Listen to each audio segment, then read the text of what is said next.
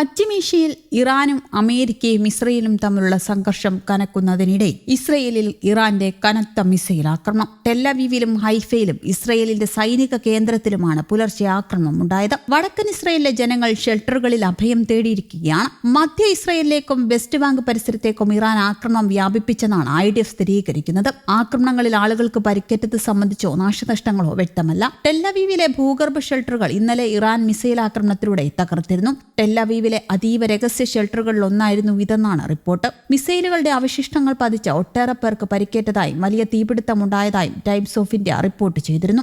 ആക്രമണങ്ങൾക്ക് ഇറാന്റെ സൈനിക കേന്ദ്രങ്ങളിൽ തിരിച്ചടി നൽകിയതായും ഇസ്രയേൽ അവകാശപ്പെട്ടു. അതേസമയം അമേരിക്കയുമായി ഒരു തരത്തിലുമുള്ള നയതന്ത്ര ചർച്ചകൾക്കില്ലെന്ന് ഇറാൻ വിദേശകാര്യമന്ത്രി അബ്ബാസ് അരാഗ്ചി വ്യക്തമാക്കി. അമേരിക്കയെ വിശ്വസിക്കാൻ കൊള്ളില്ലെന്നാണ് ഓരോ ചർച്ചകളും തെളിയിച്ചത് എന്നും ഇനി ഒരിക്കലും ചർച്ചകൾ അജണ്ടയിലേ ഇല്ലെന്നും അരാഗ്ചി പറഞ്ഞു. ആണവ ചർച്ചയിലെ അവസാന റൗണ്ടിലും ഇറാനെ ആക്രമിക്കില്ലെന്ന് ആവർത്തിച്ചു പറഞ്ഞ US കരാറിലെത്താൻ ധാരണയായിരിക്കെയാണ് ആക്രമിച്ചത് എന്നും അരാഗ്ചി ചൂണ്ടിക്കാട്ടി. അതിനിടെ ട്രംപ് പുടിനെ വിളിച്ചുവെന്നും ഇറാൻ ഉക്രൈൻ വിഷയങ്ങൾ 1 മണിക്കൂറോളം ചർച്ച ചെയ്തുവെന്നും ക്രെംലിൻ വ്യക്തമാക്കി.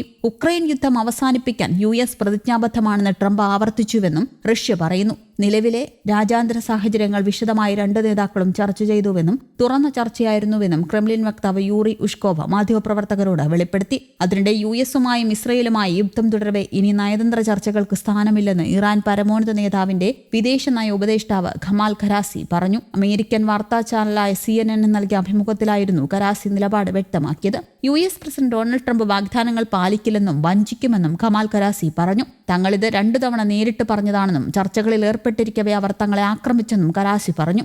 US-ഉമായി ഇറാന് ഭാവിയിൽ ചർച്ച നടത്താൻ സാധിക്കുമെന്ന് തോന്നുന്നില്ലെന്നും അഭിമുഖത്തിൽ ഖരാസി പറഞ്ഞു. US-ഉം ഇസ്രയേലും ഇറാനെ വീണ്ടും ആക്രമിക്കാൻ ധൈര്യപ്പെടില്ല എന്ന് ഉറപ്പ് ലഭിച്ചതല്ലാതെ ചർച്ച നടക്കുമെന്ന് തോന്നുന്നില്ല എന്നായിരുന്നു പ്രതികരണം. ഇറാനിലെ പുതിയ പരമോന്നത നേതാവിനെ തെരഞ്ഞെടുക്കുന്നതിൽ ട്രംപിന് പ്രത്യേകിച്ച് ഒന്നും ചെയ്യാനില്ലെന്നും ഖരാസി പറഞ്ഞു. വിഷയത്തിലെ ട്രംപിന്റെ നിലപാട് സംബന്ധിച്ച ചോദ്യങ്ങളോട് പ്രതികരിക്കുകയായിരുന്നു ഖരാസി. ഇറാനികൾക്ക് അവരുടെ കാര്യങ്ങൾ സ്വന്തമായി കൈകാര്യം ചെയ്യാൻ കഴിവുണ്ട്. മുജതബ ഖമേനിയെ തെരഞ്ഞെടുത്തതിലൂടെ അത് തെളിയിച്ചു. ഇറാന്റെ സിസ്റ്റം പൂർണ്ണമായും പ്രവർത്തിക്കുന്നു. ട്രംപിനോ ഇറാന്റെ ആഭ്യന്തര കാര്യങ്ങളിൽ കൈകൊടുത്ത മറ്റാർക്കും ഇതിലൊന്നും ചെയ്യാനില്ലെന്നും ഖരാസി പറഞ്ഞു. അതിനിടെ US-ന്റെ 2 MQ റീപ്പർ ഡ്രോണുകൾ കൂടി ഇറാൻ തകർത്തിട്ടു. യുദ്ധം തുടങ്ങിയ ശേഷം ഇറാൻ തകർക്കുന്ന 11ാമത്തെ ഡ്രോണാണിത്. ഡ്രോൺ തകർന്നതായി US സൈന്യം സ്ഥിരീകരിച്ചു.